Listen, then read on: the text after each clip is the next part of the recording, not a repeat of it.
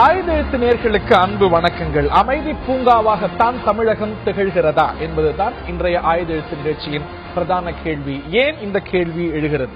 திமுக தலைவர் குற்றம் சாட்டி இருக்கிறார்.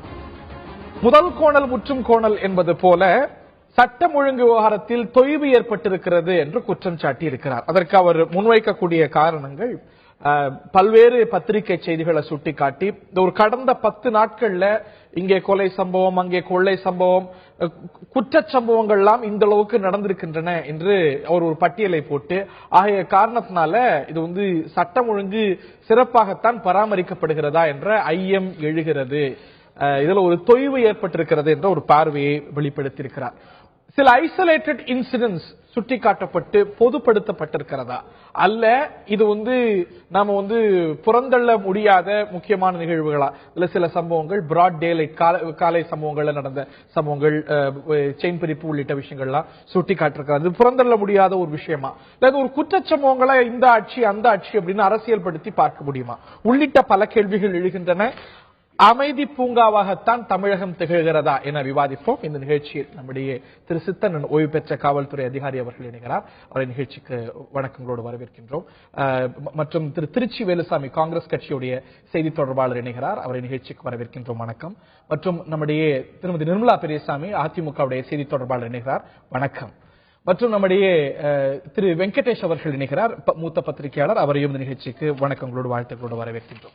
என்னுடைய முதல் கேள்வி ஆப்வியஸ்லி குற்றச்சாட்டு அரசு மேல. நிர்மலா பெரியசாமி அவர்கள்ட்ட தான் கேட்க விரும்புறேன். ஜெயலலிதா ஆட்சி சட்டம் ஒழுங்குல பெயர் பெற்ற ஒரு விஷயம், இது முன்னுரிமை இதுல கொடுக்கப்படும் அப்படிங்கறது ஒரு பொதுவான எண்ணம். சென்ற முறை ஆட்சிக்கு வந்த போது ஜெயலலிதா சொன்ன முதல் பிரஸ் கான்பரன்ஸ்ல சொன்ன ஒரு விஷயம், செயின் கொள்ளையர்கள்லாம் ஆந்திராவுக்கே போயிட்டாங்க, இந்த மாதிரியான கொள்ளையர்கள்லாம் மற்ற மாநிலங்களை நோக்கி போயிட்டாங்க, அந்த அளவுக்கு ஒரு அச்சம் ஏற்பட்டிருக்கிறது அப்படின்னு.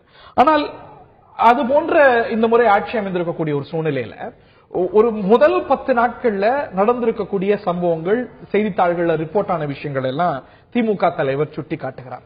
அந்த பட்டியலை பார்க்கும்போது சில விஷயங்கள்லாம் துணிகரமான, அதுவும் பட்டப்பகல்ல தலைநகரத்துல முக்கிய பகுதிகளில் நடந்த ஒரு விஷயங்கள். ஆக நம்ம அது புறந்தள்ளக்கூடிய வகையில இல்லையே அப்படிங்கிற கேள்வி எழுந்திருக்கிறது. உங்களுடைய இந்த கேள்வி திமுக தலைவர் எழுப்பி இருக்கிறார் இல்லையா, சட்டம் ஒழுங்கை பற்றிய கேள்வி. இந்த கேள்விய நீங்க எங்கிட்ட கேட்கறத விட திமுக பொருளாளர் மு.க. ஸ்டாலின் அவர்கிட்ட கேட்டிருந்தீங்கன்னா உண்மையிலேயே மனசாட்சியோட அவர் பதில் சொன்னார்னா சரியா இருக்கும். கன்னியாகுமரிக்கு எப்படின்னு பாக்குறீங்களா? கன்னியாகுமரிக்கு நடைப்பயணம் போனார்ல கொஞ்ச நாளைக்கு, கன்னியாகுமரியில இருந்து நடைப்பயணம் வந்தார் மதுரை வழியாக. இதே ஸ்டாலின் தைரியமா வந்தார், ரொம்ப சுதந்திரமாக வந்தார். நடைப்பயணம் போட்டு எல்லாத்துலயும் டிவில எல்லாம் வந்தது, பிளாஷ் பண்ணாங்க. அதற்கு முன்பு ஏன் சொல்றேன்னா, அதற்கு முன்பு 2009 சமயத்துல அவங்க அப்பாவுடைய ஆட்சியில மதுரைக்கு போறப்போ கத்தி குத்து என் மேல யாரோ பண்றாங்க, எனக்கு உயிருக்கே ஆபத்து, யாரோ மறைமுகமாக என்னை கொலை செய்ய முயற்சிக்கிறார்கள் மதுரையில்னு மதுரை ரயில்வே ஸ்டேஷன்ல சம்பவம் நடந்ததாக அவர் கம்ப்ளைண்ட் பண்ணி அதற்கு பிறகுதான் அவருக்கு சிஆர்பிஎஃப் ப்ரொடெக்ஷன் கொடுத்தாங்க, பாதுகாப்பு.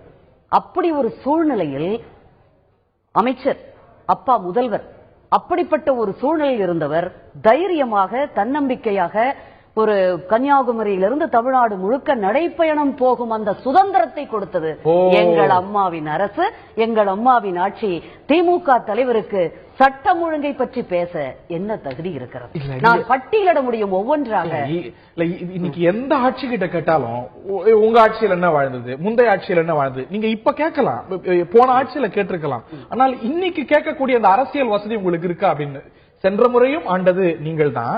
இதுல அவர் பட்டியலிட்டு இருக்கக்கூடிய விஷயங்கள் எல்லாம் பார்க்கும் பொழுது அதுவும் திருச்சுடியில படுகொலை, தாம்பரத்துல 3 பெண்களிடம் செயின் பறிப்பு, ஒரு டிஎஸ்பியா இருந்தவருடைய வீட்டுல கொள்ளை, இவையெல்லாம் துணிகரமான சம்பவங்கள். நீங்க இப்படித்தான் வசதியா அன்னைக்கு என்ன வாழ்ந்தது, அவர் மதுரைக்கு போனாரா, இவர் சென்னைக்கு போனாரா, அங்க இது பதில் அதற்கு சட்டம் ஒழுங்கு பராமரிக்கப்படும் விதம் அவரது மகனுக்கே நல்லா தெரியும், திமுக தலைவரை விட அவர் மகனுக்கு நல்லா தெரியும், கேளுங்க அப்படிங்கறத சொன்னேன்.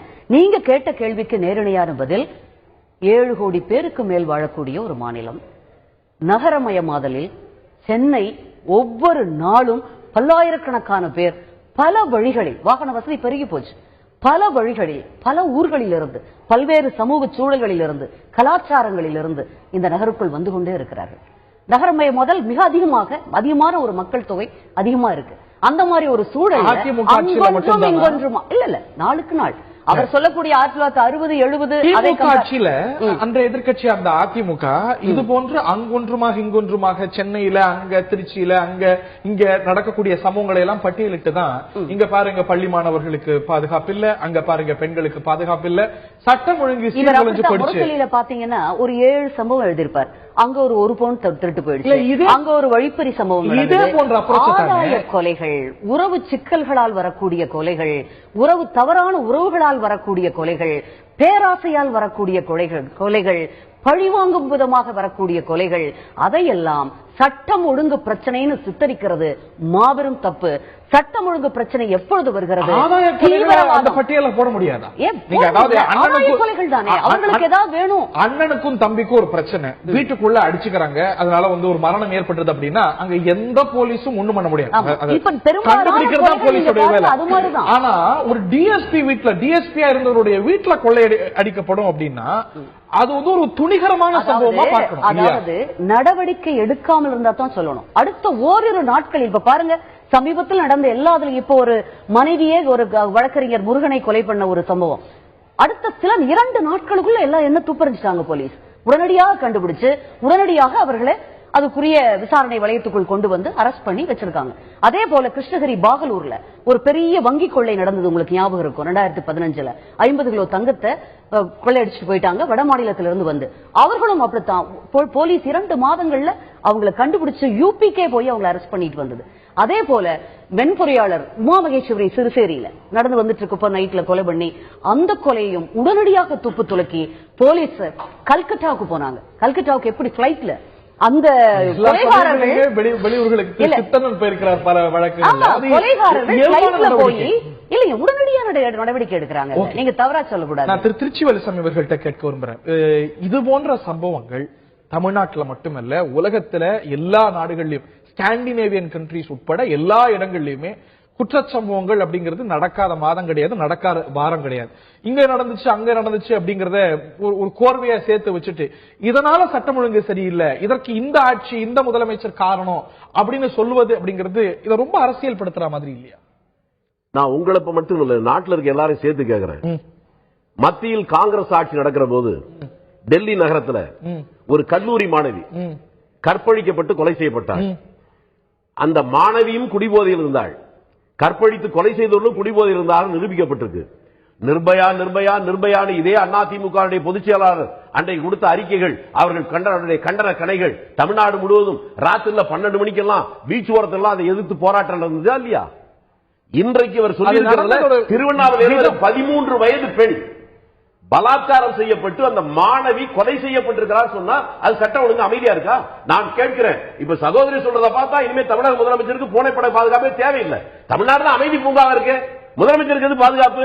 கடந்த காலத்துல அமைதியே இல்லாத காலத்துல காமராஜரும் ஓமாந்தராரும் பக்கத்துல போலீஸ் கூட வச்சுக்கலையே, மக்கள்கிட்ட பகிரங்கமா நடந்து போனாங்களே, ஏன் இவரால முடியல? பாதுகாப்பு இல்லை என்பதுதான். ஒரு முதலமைச்சருக்கே பாதுகாப்பு இல்லைன்னா மக்களுக்கு எப்படி பாதுகாப்பு இருக்க முடியும்? இல்ல, மத்திய அரசு கொடுக்குது. மத்திய அரசு கூட தானா கொடுத்துச்சா? நான் தெளிவா சொல்றேன். அது உயிருக்கு பாதுகாப்பு இல்லை என்று கேட்டு தரப்பட்டதா? அந்த மத்திய அரசு தானா இருந்ததா?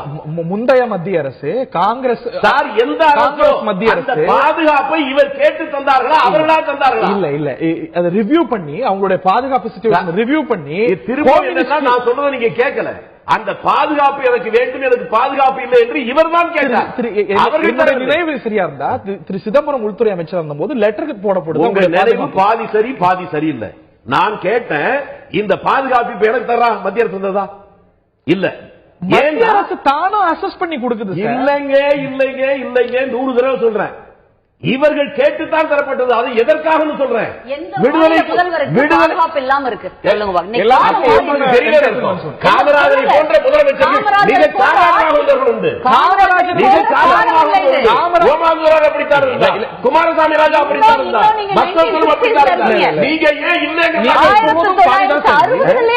சொல்வதும் பார்த்துதான் சரி. காரணம்னா காமராஜருக்கு பாதுகாப்பு வழங்கப்பட்டது, அவர் வேண்டாம் என்று மறுத்தார். இப்ப மறுக்கிட்டுங்க தன்னம்பிக்கை இருந்தா மக்கள் தலைவர் மக்கள் ஆதரிக்கிறாங்க. பாதுகாப்பு பிரச்சனை இல்லையே. இல்ல இது நம்ம ரொம்ப ட்ரிவியலைஸ் பண்றோம், ரொம்ப சாதாரணப்படுத்துறோம். சாதாரணப்படுத்துற நான் என்ன கேட்கிறேன், டெல்லியில் எங்கோ நடந்திருக்காங்க, இங்கே கூச்சல் போட்டவர்கள் இன்றைக்கு சொல்றாரு 6ஆம் தேதி நடந்த சொல்றாரு. திருவண்ணாமலையில 13 வயது மாணவி கற்பழிக்கப்பட்டு கோர கொலை செய்யப்பட்டதை ஒருத்தர் கொடுத்தா அது அமைதி பூங்காவா? அதை எதிர்த்து ஏன் இந்த ஊடகங்கள் சொல்லவில்லை? ஏன் இதே முதலமைச்சருக்கு வருத்தம் தெரிவிக்கவில்லை? இது போன்ற குற்ற சம்பவங்கள் எல்லா தருணங்களையும் நடந்திருக்கிறது. இது ஒரு குற்ற விகிதம். அதற்கான வருத்தத்தை கூட முதலமைச்சர் காவல்துறையை கையிலே வைத்திருக்கிறவர் சொல்லவில்லை. 2 லட்சம் நீங்க சொன்னீங்க டிஎஸ்பி இருந்தவர்கள் எங்க ஊர்ல 2 நாளைக்கு ஒவ்வொரு வருஷமும் இந்த அறிக்கையில முதலமைச்சர் விட்டு போனதை சொல்றாங்க. எங்க ஊர்ல கண்ணன் அவர் பேரு, அவர் டிஎஸ்பி, அவர் வீட்டுக்கு பக்கத்திலே அவருடைய மனைவி கழுத்துல இருக்கு நகையை பறிச்சுட்டு போயிட்டாங்க 2 நாளைக்கு முன்னால. இப்ப அவர் வேலையில இருக்கிறாரு, அசிஸ்டன்ட் கமிஷனர் அவரு. அது இவருக்கு தெரியல, உங்களுக்கு கொடுக்கல. 2 லட்சம் குற்ற சம்பவங்கள் சராசரியா எல்லா ஆண்டும் நடந்துட்டு இருக்கு. அது குறைஞ்சிட்டு வருது வருஷம். அது எல்லாத்துக்கும் முதலமைச்சர் பதில் சொல்லணும். டெப்டி கமிஷனர் மேல கமிஷனர் வீட்டிலே கொள்ளையடிக்கன்னு சொல்றீங்களா? இல்லங்க, ஏங்க ஒரு போலீஸ் ஆபீசருடைய பொண்டாட்டியே வீட்டுக்கிட்டே கொள்ளையடிச்சிட்டு போறாங்க, அது சாதாரணமா? எனக்கு புரியல. சாதாரண மக்களுக்கு என்ன பாதுகாப்பு? இல்ல, அவர் சொல்லக்கூடிய விஷயம் இந்த பேட்டர்ன் ஆஃப் அவர் சுட்டி காட்டக்கூடிய சம்பவங்கள், இது போல கணவன் மனைவி தகராறு, ரிலேட்டிவ்ஸ் உறவினர்கள் கொலை, அதை அவர் சுட்டி காட்டல. ஒரு கண்டுபிடிச்சது எங்கள் ஊரில் ராமஜெயம் கொலை நடந்து 5 ஆண்டுகள் முடிந்து விட்டது. இது ஒரு இன்சா நடந்திருக்கா? அதுக்கு நான் பதில் சொல்றேன் ஹரி, மிஸ்டர் ஹரி, நான் அதுக்கு பதில் சொல்றேன். கிட்டத்தட்ட குற்றவாளிகளை நெருங்கியாச்சு போலீஸ். இதுல எல்லாத்துக்கும் ஒரு பதிலோட தான் வந்திருக்கோம். ஷீல்டட் கவர்ல ஜஸ்டிஸ் கிட்ட அதற்கான விளக்கங்கள் இருக்கு. சம்பந்தப்பட்ட குடும்பத்தார் சிபிஐ விசாரணை கோரி இருப்பதால் வழக்கு நீதிமன்றத்தில் இருக்கிறதுனால அதை பற்றி இதற்கு மேல நம்ம பேச முடியாத நிலையில் இருக்கிறோம். திரு சித்தரன் அவர்கள்ட்ட கேட்க வரும்போது, இது வந்து ஒரு வெறும் அரசியல் குற்றச்சாட்டா திமுக தலைவருடைய கருத்தை நம்ம பார்த்த முடியுமா? சென்னையில செயின் பறிப்பு, தம்பதியை கட்டி போட்டு கொள்ளை, சென்னையில வந்து ஒரு 7 கார் கொள்ளை, முன்னாள் டிஎஸ்பி வீட்டுல திருட்டு, 30 பவுன் கொள்ளை, இதெல்லாம் சில நாட்கள்ல, அதுவும் ஒரு ஷார்ட் ஸ்பேன்ல நடக்கக்கூடிய விஷயங்கள். அப்படிங்கும் போது இது ஒரு அலார்மிங்கான விஷயமா உங்களுக்கு தெரியல, இல்ல இது இயல்பான ஒரு விஷயம் பெரிதப்படுத்தப்பட்டிருக்குன்னு நினைக்கிறீங்க? அரசியலுக்கு நுழைய விரும்பல நண்பர்கள் அவங்க பேசிட்டாங்க. காவல்துறை நான் என்ன சொல்ல வரேன்னா, எதுக்கு எடுத்தாலும் அதாவது எந்த ஒரு அரசாங்கமும், இப்ப உள்ள அரசாங்கம் சரி அல்லது முந்தைய அரசாங்கம் சரி, எந்த ஒரு அரசாங்கமே தன்னுடைய ஆட்சியில் வந்து சட்ட ஒழுங்கு பிரச்சனை ஏற்படணும் அல்லது பொதுமக்களுக்கு பாதுகாப்பு இல்லாத ஒரு சூழ்நிலை ஏற்பட்டாலும் பரவாயில்ல அப்படின்னு யாரும் அசதியா இருக்கிறது இல்லை. எந்த யார் ஆட்சியில் இருந்தாலும் காவல்துறை என்பது பொதுமக்களுக்காகவும் இந்த ஆட்சியை நிலைநிறுத்துவதற்காகவும், ஏன்னா ஜனநாயக ஆட்சியில வந்து உங்க நிர்வாகம், சட்டமன்றம், நீதித்துறை ரொம்ப முக்கியமானது. அதுல இந்த நிர்வாகத்துறையை ரொம்ப, அதுவும் இந்த ஆட்சி அரசாட்சியை வந்து தூக்குப்பிடிப்பதில் காவல்துறைக்கு மிகப்பெரிய பங்கு உண்டு. நாங்க சரியா வேலை செய்யணும்னா இந்த 3 தூண்களுமே சரியாக வேலை செய்யாது. அதனால இந்த ஆட்சி அந்த ஆட்சி அப்படின்னு இல்லை, எந்த ஆட்சி இருந்தாலும் காவல்துறை வந்து தன்னுடைய கடமையை கரெக்டா பண்ணிட்டு தான் வர்றாங்க. இப்ப நீங்க சொன்னீங்க அப்ப வந்து இப்ப கிரைம் ரொம்ப அதிகமா இருக்கு அப்படின்னு சொன்னீங்க. ஃபார் எக்ஸாம்பிள் இந்தியா முழுவதும் பார்த்துட்டால 2004 ஒரு பிகர் இருக்கும், இப்ப கரஸ்பாண்டிங்லி கூட்டிட்டு தான் இருக்கு. ஃபார் எக்ஸாம்பிள் தமிழ்நாடு மட்டுமே எடுத்துக்கோங்களேன், 2004 வருடத்துல 1,66,000 வழக்குகள் வந்து இந்திய தண்டனை சட்டத்தில் பதிவா இருக்குது 2004. அதே 2014-13 பாத்தீங்கன்னா ஏறத்தாழ 2,03,000 வந்திருக்குது. 1,60,000 இருந்தது, 2,03,000. கரஸ்பாண்டிங்லி ஒவ்வொரு வருஷமும் எல்லா குற்றங்களுமே கூட்டிட்டு போகுது. அப்சல்யூட் நம்பர்ஸ் கூடும். ஃபார் எக்ஸாம்பிள் இப்ப தமிழ்நாட்டிலேயே பாருங்களேன், மர்டர் கேஸ் பாத்தீங்கன்னா 2004 1400 மர்டர் கேஸ் தான் வந்திருக்குது. 2013 பாத்தீங்கன்னா 1815 வந்திருக்குது. இப்ப பாலியல் வல்லுறு வழக்கு சொன்னீங்க, 2004 618 வழக்கு வந்திருக்கு. ஆனா 2013 பாத்தீங்கன்னா 923 வழக்கு வந்திருக்கு. அடுத்த ஆண்டு இப்படி 400 வழக்கா குறைஞ்சிருக்கு. இல்ல கொஞ்சம் அப்படி கூடியது குறையிறது அப்படிதான் பண்ணிதான் இருக்குது. காவல்துறை வந்து இப்ப தமிழ்நாட்டில் வந்து கரஸ்பாண்டிங்லி அந்த ஒரு பாப்புலேஷன் எப்படி இருக்குதோ அதுக்கு தவிர காவல்துறை எண்ணிக்கை கூடி இருக்குன்னா அப்படின்னா இல்ல, கண்டிப்பா இல்லவே இல்லை. ஆனால் மிகப்பெரிய மக்கள் தொகை அதிகரிப்பு இருக்கிறது, மைக்ரன்ட் லேபர்ஸ் நிறைய வந்திருக்காங்க. காவல்துறைக்கு வந்து 24 மணி நேரத்துல வந்து பணி செய்யணும் கடமை இருந்தா கூட 15 மணி நேரத்துக்கு மேல வேலை செய்யறாங்க. விடுப்பு கிடையாது அவங்களுக்கு, வந்து தச்சை விடுப்போ ஏன் கிடையாது. ஆனா இவ்வளவு கடுமையான உழைத்து கூட இப்ப பேசின யாருமே திமுக தலைவர் உட்பட காவல்துறை இதுக்கு காரணம் சொல்லல. நீங்க இதுக்கான காரணங்கள் அடுக்குறீங்க. நான் கேட்பது இது வந்து ஒரு கவலை அளிக்கக்கூடிய விஷயமா இல்லையாங்கிறதா. இதுக்கு காரணங்கள் 1000 இருக்கலாம், காவல்துறையுடைய மெத்தனம் காரணம்னு யாருமே ஒரு துணிவு, அதாவது ஒரு முன்னாள் காவல்துறை அதிகாரி வீட்டுல கொள்ளையோ, நான் இப்ப சொல்ல வரேன் செயின் பறிப்போ, நான் சொல்ல வரேன் நானு.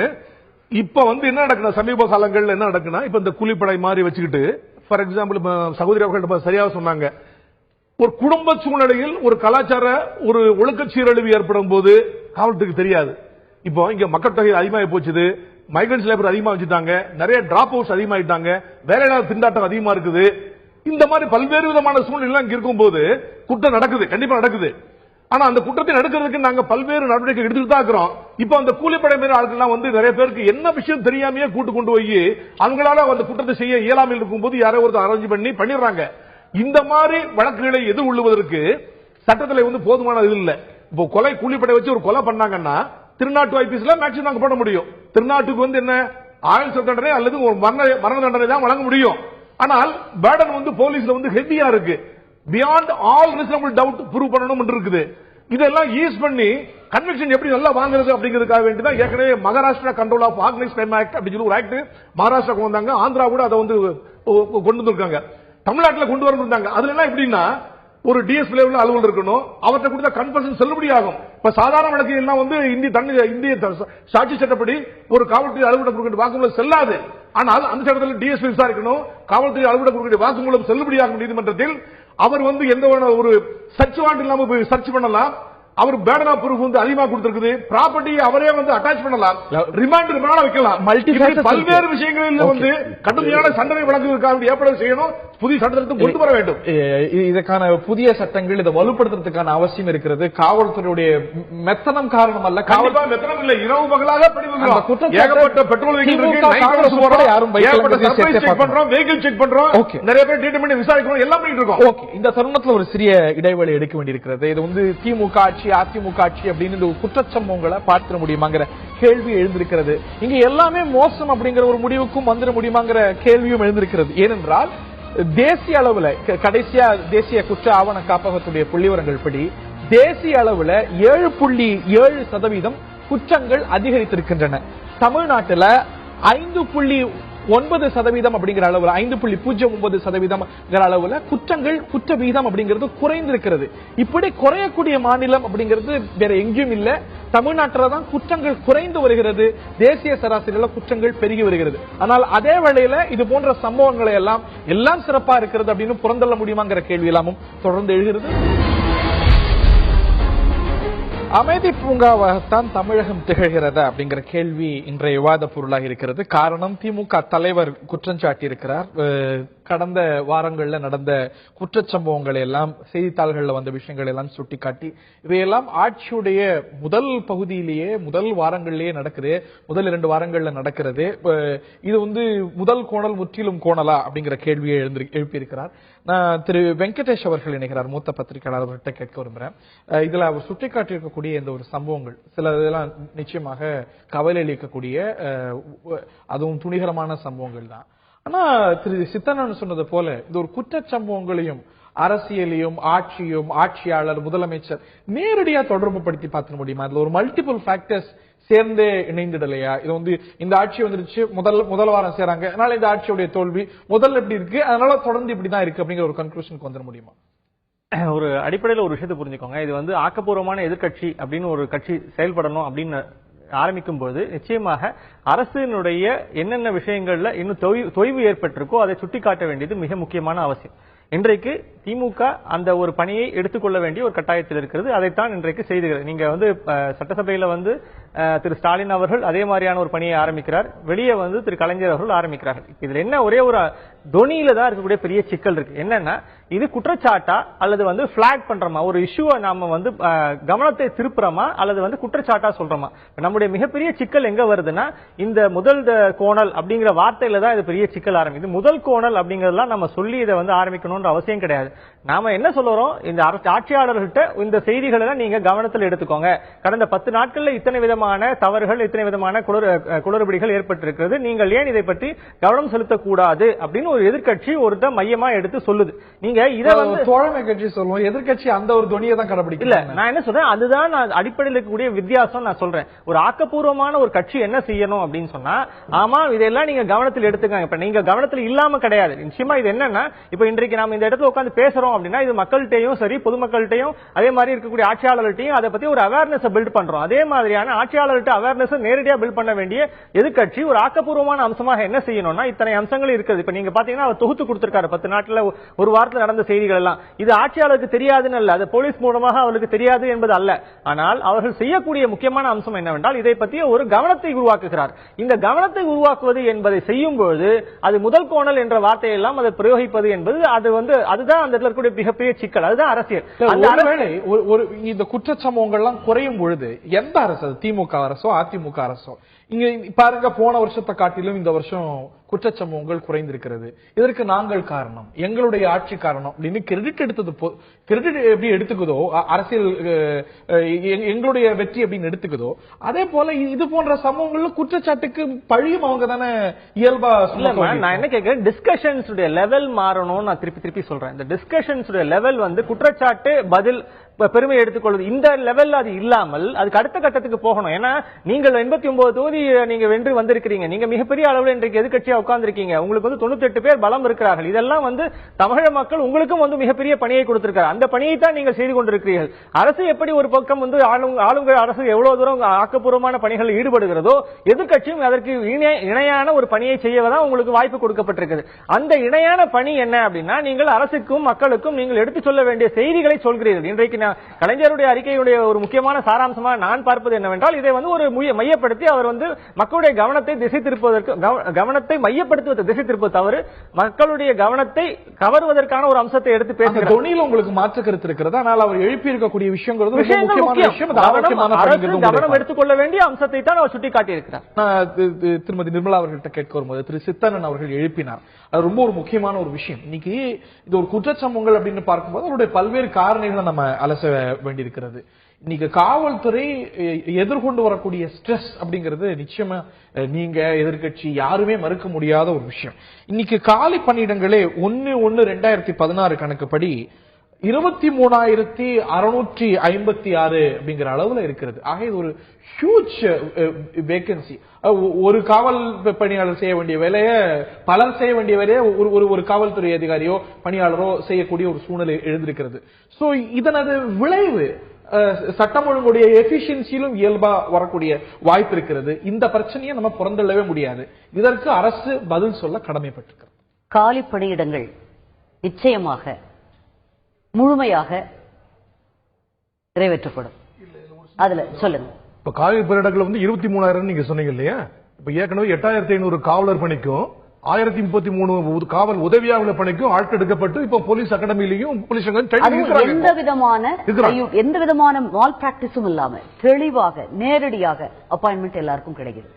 முழு சுதந்திரம் காவல்துறை அதிகாரிகளுக்கு வழங்கப்பட்டிருக்கிறது இல்லைங்களா? முழு சுதந்திரம், நவீனமயமாக்கல். இந்த ரோந்து வாகனம் எல்லாம் பாத்தீங்கன்னா சாரு கூட தெரிஞ்சிருக்கும், ஜிப்சி ரக வாகனங்கள் சின்ன சின்ன சந்து பொந்துக்குள்ள எல்லாம் போற அளவுக்கு உயர்ந்த உயர் நவீன ரக வாகனங்கள் 200 வழங்கப்பட்டிருக்கு. 400 வாகனம், இந்த 2 வீலர் பேட்ரோலிங் சொல்றாங்களே அந்த பைக்ஸ் 400 வாகனங்கள் வழங்கப்பட்டிருக்கு.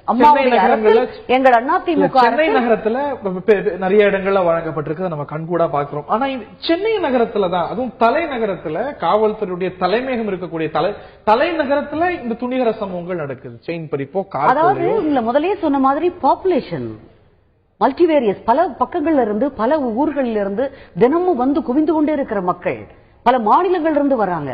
திடீர்னு இதை நீங்க சட்டம் ஒழுங்கு திமுக தலைவர் நீங்க ஒண்ணு சொன்னீங்க, நீங்க இவர் சொன்ன அவரை சொல்லி மிஸ்டர் ஹரி நான் ஒண்ணு சொல்ல விரும்புறேன். நீங்க சொன்னீங்க முதல்ல ஆரம்பத்துல திமுக தலைவர் சொன்னா உடனே நீங்க அவர் காலத்துல எப்படின்னு சொல்றீங்க.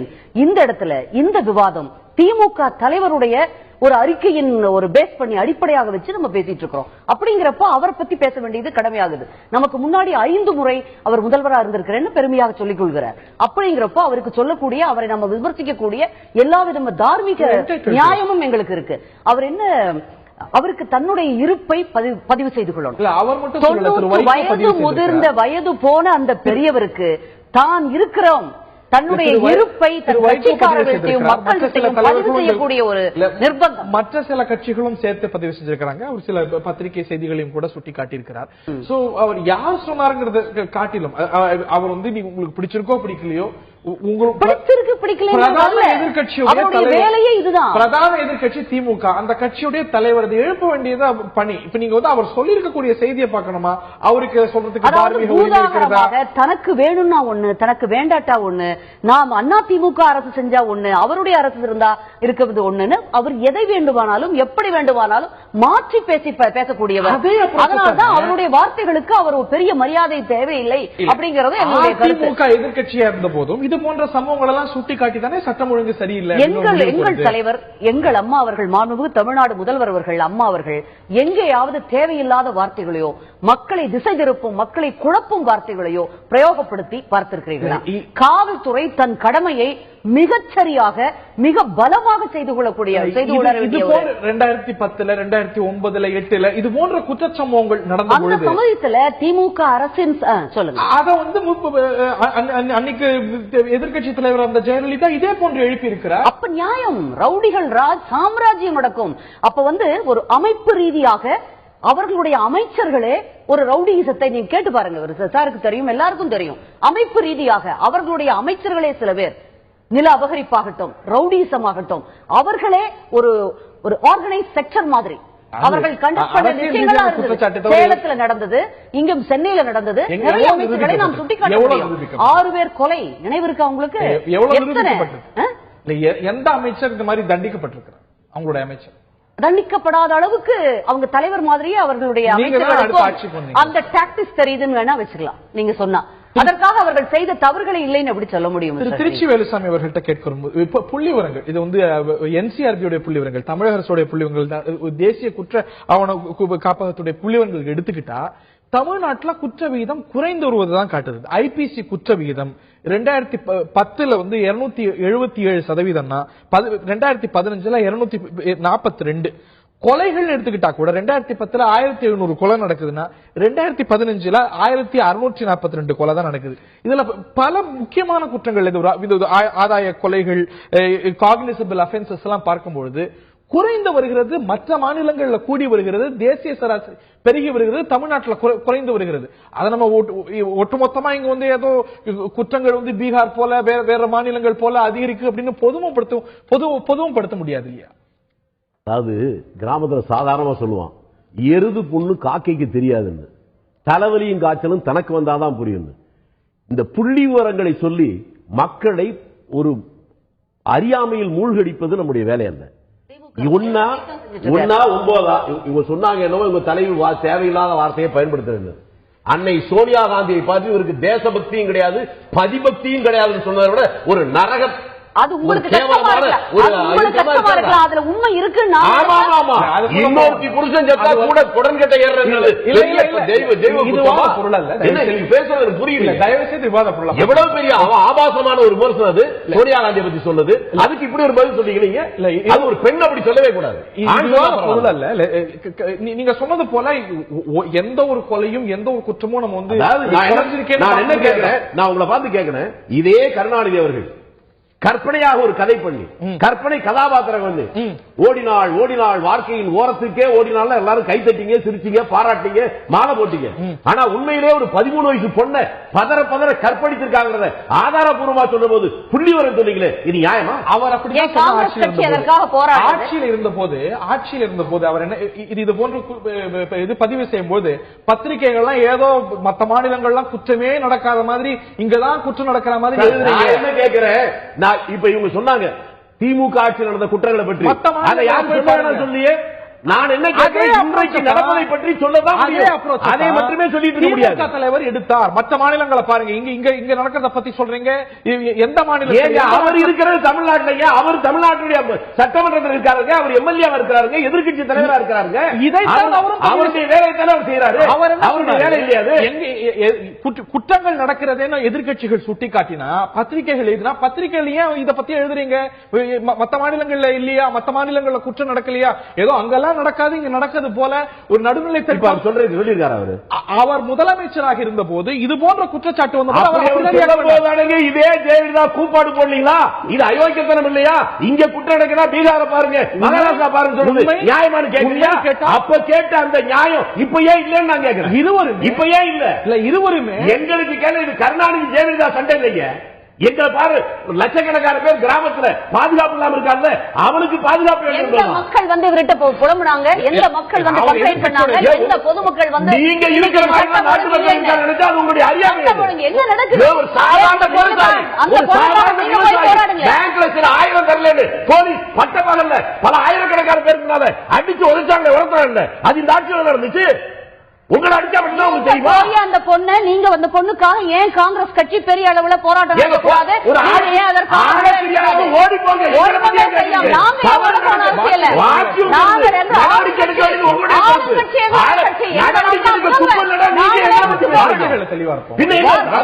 அப்புறம் நாங்களா போராட்டம் இல்ல. இது என்னங்க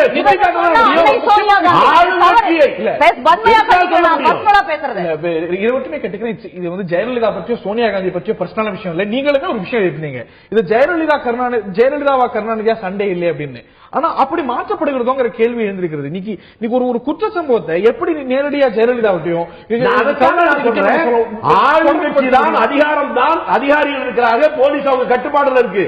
எதிர்கட்சிகள் அதை சுட்டிக்காட்ட தான் முடியும். அதை நடவடிக்கை எடுக்க வேண்டியது ஆளுங்கட்சியுடைய பொறுப்பு.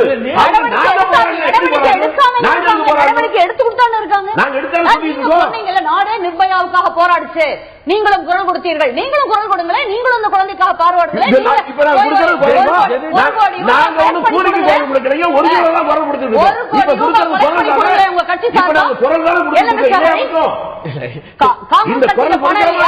காங்கிரஸ் கட்சியில லட்சக்கணக்கான கோடிகள் இல்லையா?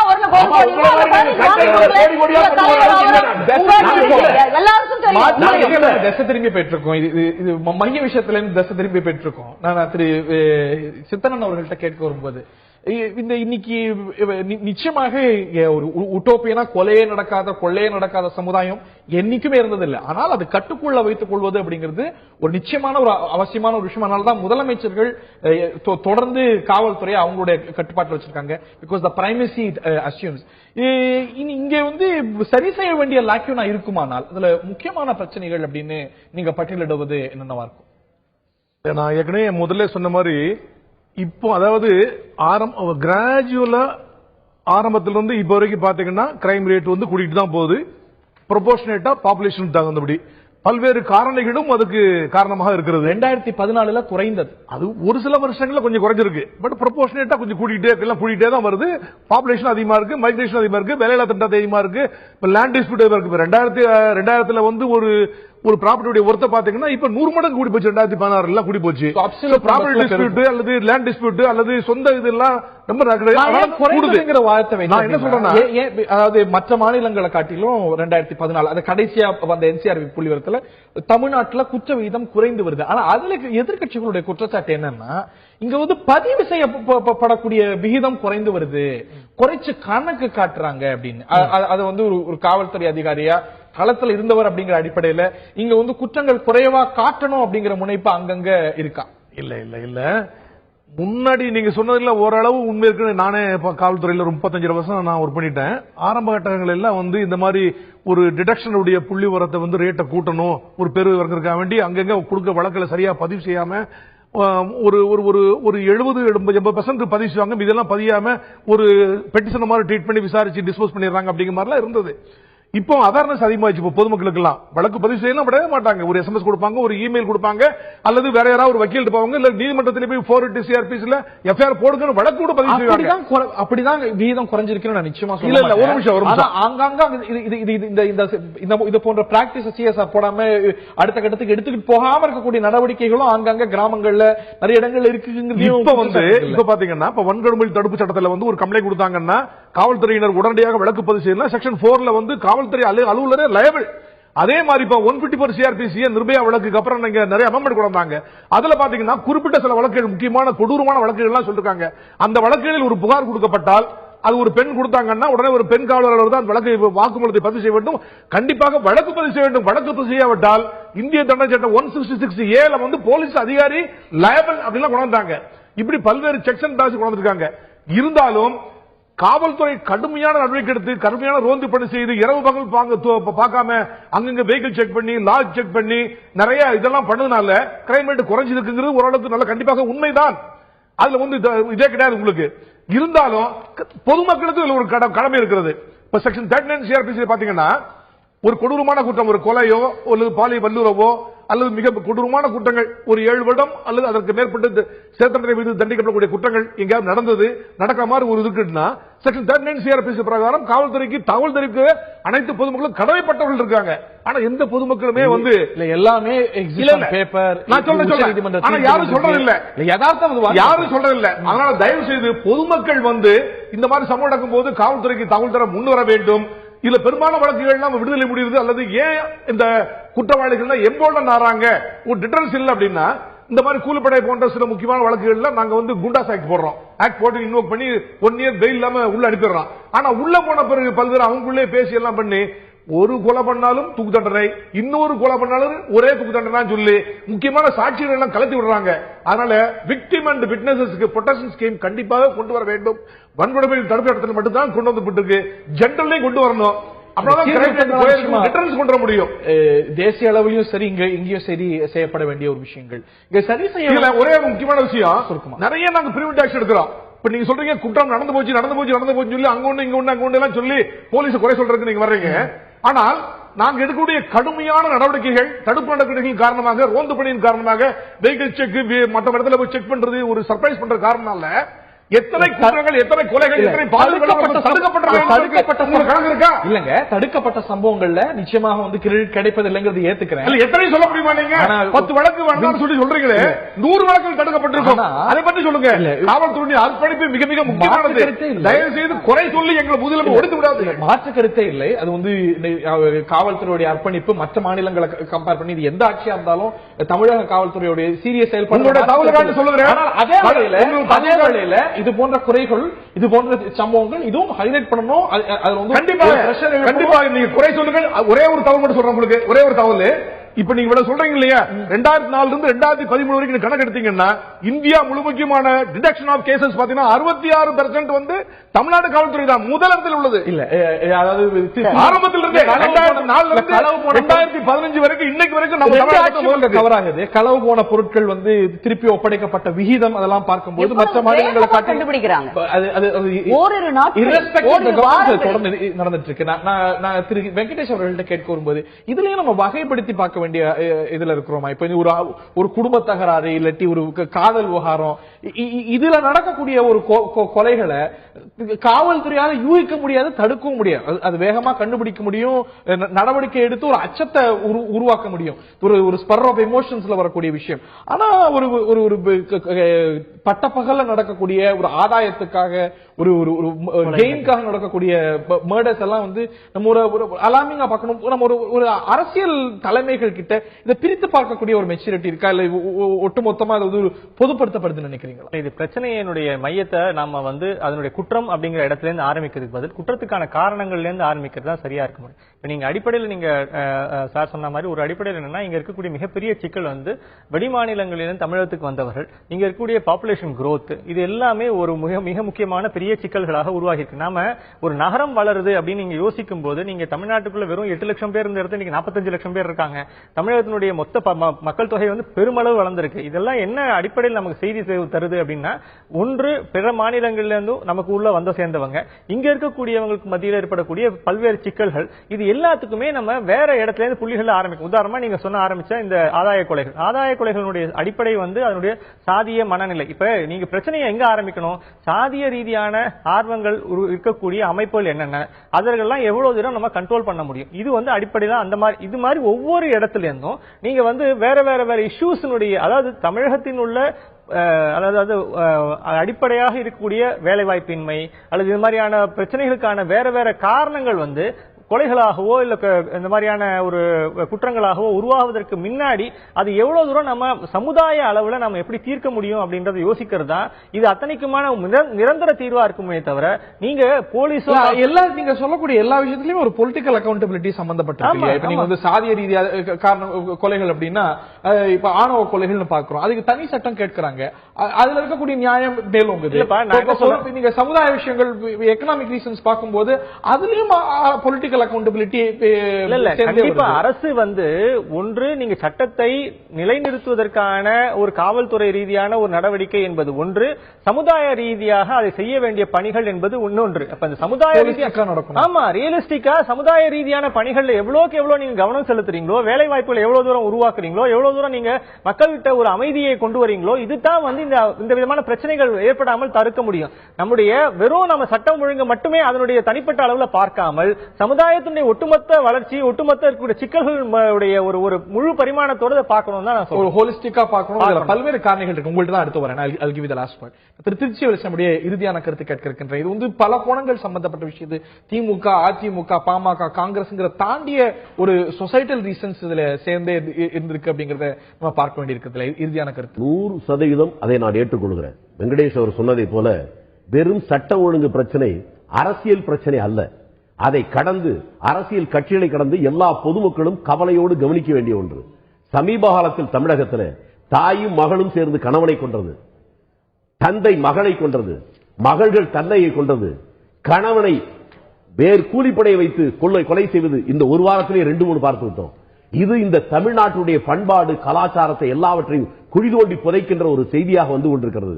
இதை அரசியல் ரீதியாக பார்க்காமல், கட்சி ரீதியாக பார்க்காமல், உளவியல் ரீதியாக இந்த மக்கள் மனதிலேயே ஒரு மோசமான ஒரு நச்சு விதை ஆழமாக வேரூன்றி போயிருக்கிறது என்பதை உணர்ந்து அதை களையெடுப்பதற்கு அரசும் எதிர்க்கட்சியும் எல்லா அரசியல் கட்சிகளும் பொதுமக்களும் இணைந்து செய்தால் மட்டும்தான் அதற்கு விமோசனம் உண்டு என்பதை யாராலும் மறுக்க முடியாது. நானும் மறுக்க மாட்டேன். நிர்மலா அவர்களுடைய இறுதியான கருத்தை கேட்க இருக்கிறேன். இதுல வந்து ஒரு அச்ச உணர்வு இன்மை வெளிப்படக்கூடிய சம்பவங்கள்ல நிச்சயமா கேள்வி எழுது. உதாரணத்துக்கு சங்கருடைய படுகொலை சிசிடி கேமரா இருக்கக்கூடிய இடத்துல மதிய வேளையில எல்லாரும் பார்த்துட்டு இருக்க வேளையில ஒரு கொலையை செஞ்சுக்கிட்டு ஆராம்சே வண்டியில ஏறி எந்த ஒரு அச்ச உணர்வும் இல்லாம போகக்கூடிய நிகழ்வை பார்க்கிறோம். அது போன்ற ஒரு சம்பவங்கள் அப்படிங்கிறது எப்படி வேணா தப்பிச்சிடலாம், இதுக்கு வந்து வழிகள் இருக்கிறது அப்படிங்கிற ஒரு சென்ஸ் ஆஃப் செக்யூரிட்டியை உணர்த்துது. அங்கெல்லாம் அரசு கூடுதலான கவனம் பெற வேண்டிய தப்பிக்க முடியவே முடியாது. அவர்களும் அரெஸ்ட் பண்ணப்பட்டிருக்காங்க. அவர்கள் அதிலும் சம்பந்தப்பட்ட சில பேர் காவல்துறையினரால் கைது செய்யப்பட்டிருக்காங்க. நிச்சயமா எவ்வளவு ஹாயா ஒரு கொலையை செஞ்சுட்டு எல்லாரும் பார்த்துட்டு இருக்காங்க, அந்த சமயத்துல போறாங்க. அதெல்லாம் ஒரு அச்சமின்மையை காட்டுது. Indicator of a serious problem. வெளி மாநிலங்கள்ல இருந்து வந்து பண்ணிட்டு போறாங்க. இப்ப ஆடிட்டர் ரமேஷ் சேலத்துல பிஜேபி ஒரு லீடர் ஒருத்தர் இறந்து போனாங்க, கொலை பண்ணப்பட்டார். அதுக்கப்புறம் விஹெச்பியில ஒருத்தர், வெள்ளையப்பன் வேலூர்ல ஒருத்தர் இறந்து போனாங்க. அதெல்லாம் பக்கத்துல சித்தூர்ல இருந்து வந்து அவர்களை கொலை பண்ணிட்டு அவங்க பாட்டுக்கு அடுத்த மாநிலத்துக்கு போறாங்க. டிஜிபி என்ன சொன்னார், இதெல்லாம் நிறைய வந்து சொந்த பிரச்சனையில வந்த விஷயம் அப்படின்னா அதுக்கு பிறகுதான் வேற கோணத்தை எடுக்குது. சோ முதல்ல நீங்க டிஃபென்சிவ்ல போறீங்க, யாரையும் விடுறது இல்ல. கண்டிப்பாக அவங்களை அரெஸ்ட் பண்ணத்தான் போகுது, அரெஸ்ட் பண்ணிக்கிட்டு தான் இருக்கிறாங்க. பெட்டர் போலீசிங், அந்த மாதிரி பெட்டர் போலீசிங், லெசர் கிரைம்ஸ், அதான் கிரைமே இல்லாத ஒரு நல்ல அமைதி, முழு அமைதி பூங்காவாக வரணுங்கிறதா அம்மாவுடைய, எங்கள் முதல்வருடைய, நமது முதல்வருடைய மனித குலம் தோன்றின காலத்திலிருந்து நடக்கக்கூடிய சில சம்பவங்களை, சில மனித குழுல இருக்கிற வக்கிர உணர்வுகளை அது அப்பப்ப வெளிப்பட்டு தான் இருக்கு. எல்லா கட்டங்களிலும் குற்றங்கள் நடந்துதான் இருக்கு. குற்றங்களே இல்லாம இருக்க முடியும்னு யாருமே கேட்க முடியாது. ஆனா அதனது மேக்னிடியூட், அதனது ரேஷியோ, அதனது தன்மை, அதுலதான் கேள்விகள் எழுது. தன்மை வந்து அரசாங்கம் அதை விடலையே. இங்க வந்து காவல்துறை உடனடியா தன் கடமை செய்து அவர்களை கண்டுபிடிக்குது, அரெஸ்ட் பண்ணுது, உரிய தண்டனையை கொடுக்குது, அந்த பெண்ணுக்குரிய பாதுகாப்பு கொடுக்குது.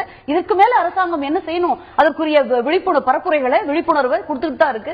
காவல்துறை நிச்சயமாக அம்மாவின் தலைமையில் மிக சுதந்திரமாக எந்த விதமான அரசியல் குறுக்கீடுகளும் இல்லாமல் செயல்பட்டுக் கொண்டிருக்கு. முன்னாள் நீதிபதி கார்கண்டேய கட்சி அவர்களே சொல்லியிருக்கிறார், இது வந்து எந்த இன்டர்ஃபியரன்ஸும் மாண்புமிகு அம்மா அவர்களால் அவர்களுடைய அரசு நடக்கும் பொழுது இல்லவே இல்லைன்னு நீதித்துறையில சொன்னார். நீதித்துறையிலும் சரி, நீதித்துறையும் சரி, அப்ப போலீஸ் துறையிலும் அப்படித்தானே, போலீஸ் துறையும் அப்படிதான். இறுதியான கருத்து தெரிவித்தாங்க. காவல்துறையுடைய தலையாய கடமை என்பது அப்படிங்கிறது என்னன்னா, prevention of crime, detection of crime, collection of intelligence. இந்த பிரிவென்ஷனுக்கும் இந்த கலெக்ஷன் ஆஃப் இன்டெலிஜென்ஸுக்கும் உத்தரவு வந்து அரும்பாடுபட்டு வருகிறது. ரொம்ப எல்லாம் பண்ணிட்டு இருக்கோம்.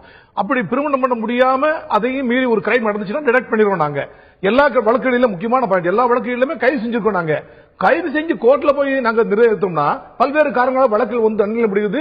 நீங்களே சொன்னீங்க டிட்டரன்ஸ் எல்லாம் இல்லை சொன்னீங்க. நீங்க இப்ப பாத்தீங்கன்னா சுப்ரீம் உச்சநீதிமன்றத்திலேயே 2006 இந்த ஆணவ கொலையை பொறுத்த மட்டும் லதா சிங் வழக்குல மிக கடுமையான தண்டனை வழங்கப்பட வேண்டும் அப்படின்னு சொன்னாங்க. அதுல லெசர் சென்டென்ஸ் கொடுக்க கூடாது, மேண்டேட்டரி மினிமம் பனிஷ்மென்ட் முடிச்சறேன் மேண்டேட்டரி மினிமம் பனிஷ்மென்ட் சொன்னாங்க. 2000 சேஃபஸ்ட் சிட்டி, இது ஒரு பாயிண்ட் சொல்லிடுறேன். சென்னை சேஃபஸ்ட் சிட்டி இந்த கண்ட்ரின்னு குளோபல் சர்வே ஒன்னு சொல்லுது. 230 நகரங்கள்ல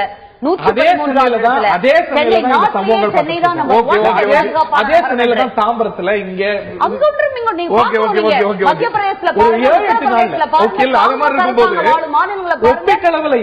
அதே மாதிரி சுருக்கமா சொல்றாங்க. 2010 உச்சநீதிமன்றம் வந்து கிருஷ்ணா மாசம் ஒரு கேஸ்ல ஆணவ கொலை அப்படின்னா ரேரஸ்ட் ஆஃப் தி ரேர் கேஸ்னு டிசைட் பண்ண சொன்னாங்க. அது மாதிரி இப்ப பூலுப்படை கொலை எல்லாம் rarest of the rare case ஒரு ஜுடிஷியல் ஆக்ஷன்ஸ் வரணும், டெத் சென்டென்ஸ் இருக்கணும். இப்ப தண்டனை விதிக்கும் போது என்ன சொல்றாங்க, ஒரே நிமிஷம் முடிச்சிடுறேன், கன்சிக்யூட்டிவ்லயும் கொடுக்காம கன்கரண்ட்லயும் கொடுக்காங்க. நீதிமன்றத்துல ஒரு ஆக்டிவிஸ்ட் வரணும். ஒரு 4 தண்டனை கொடுக்கும் போது ஒரு ஏகாலத்தில் அனுபவிக்கும் சொல்லாம ஒன்றாக கன்சிக்யூட்டிவ் அனுபவிக்க வேண்டும் சொன்னா ஒரு டிஃபரன்ஸ் கண்டிப்பாக இருக்கும். இதெல்லாத்தையும் விட ஊடகங்களும் சரி சினிமாவும் சரி தயவு செய்து ஆன்டி ஹீரோவை ரவுடிய கொலையாளிய பெரிய ஹீரோவை காமிக்காதீங்க. அது வந்து நீங்களே டீச் பண்ற மாதிரி இருக்கு. எப்படி கிரைம் பண்ணு, எப்படி தப்பிக்கணும் நீங்க ஒத்துழைக்கணும். சினிமாவிலேயே வந்து ஒரு போலீஸிங் ஒரு மிகப்பெரிய ஒரு அர்ப்பணிப்பான டியூட்டி அப்படிங்கிற காமிங்க, ஆன்டி ஹீரோவா காமிக்காதீங்க. அரசியல்வாதிகள் எப்படி பொதுப்படுத்த முடியாதோ, போலீஸ்காரங்களை எப்படி பொதுமைப்படுத்த முடியாதோ, அதே போல ஊடகங்களையும் பொதுப்படுத்திடாதீங்க. இது நிகழ்ச்சியில நீங்க அப்படி சொல்ல உங்களை பயன்படுத்துறதுனால விளக்க ஓகே. இந்த தருணத்தில் நிகழ்ச்சியை நிறைவு செய்தாக வேண்டும். நிச்சயமாக இந்த சம்பவங்கள்லாம் நிச்சயமா நமக்கு கவலையை எழுப்புகிறது. எல்லா குற்றங்களையும் அரசியல் காரணங்களோடு நாம் தொடர்புபடுத்தி பார்க்க வேண்டியதில்லை. அதே வேளையில ஒரு பெற்ற போலீசிங்கான அவசியத்தை ஒவ்வொரு குற்றச்சம்பவும் ஒரு படிப்பனையாக காவல்துறைக்கு, அமைப்புக்கு, சமுதாயத்துக்கு எல்லாருக்குமே அமைகிறது. தமிழ்நாடு தொடர்ந்து கடந்த ஒரு 3-4 ஆண்டுகள்ல தேசிய அளவுல குற்றங்கள் கூடினாலும் கூட தமிழ்நாட்டில் குறைந்து வருகிறது அப்படிங்கறத நம்ம பார்க்கிறோம். ஆனால் அது வந்து கணிசமா குறைப்பது, இது போன்ற துணிகர சம்பவங்கள் இல்லாமல் செய்வதில் வந்து நமக்கு எல்லாருக்குமே பங்கு இருக்கிறது. அரசாங்கத்துக்கு கூடுதல் பங்கு இருக்கிறது. மாற்று கருத்து இல்ல. அமைதி பூங்காவாக தமிழகம் தொடர வேண்டும். இந்த பேர் நம்மை விட்டு போகாத பார்த்துக்க வேண்டிய பொறுப்பு அழுத்தம் கொடுப்பதில் எதிர்கட்சிகளுக்கு, அதை உறுதி செய்வதில் ஆளுங்கட்சிகளுக்கு, சமுதாயத்துக்கு, ஊடகங்களுக்குன்னு நம்ம எல்லோருக்கும் பொறுப்பு இருக்கிறது. நிகழ்ச்சியில பங்குண்ட அனைவருக்கும், பார்த்த நேயர்களுக்கும் வணக்கம்.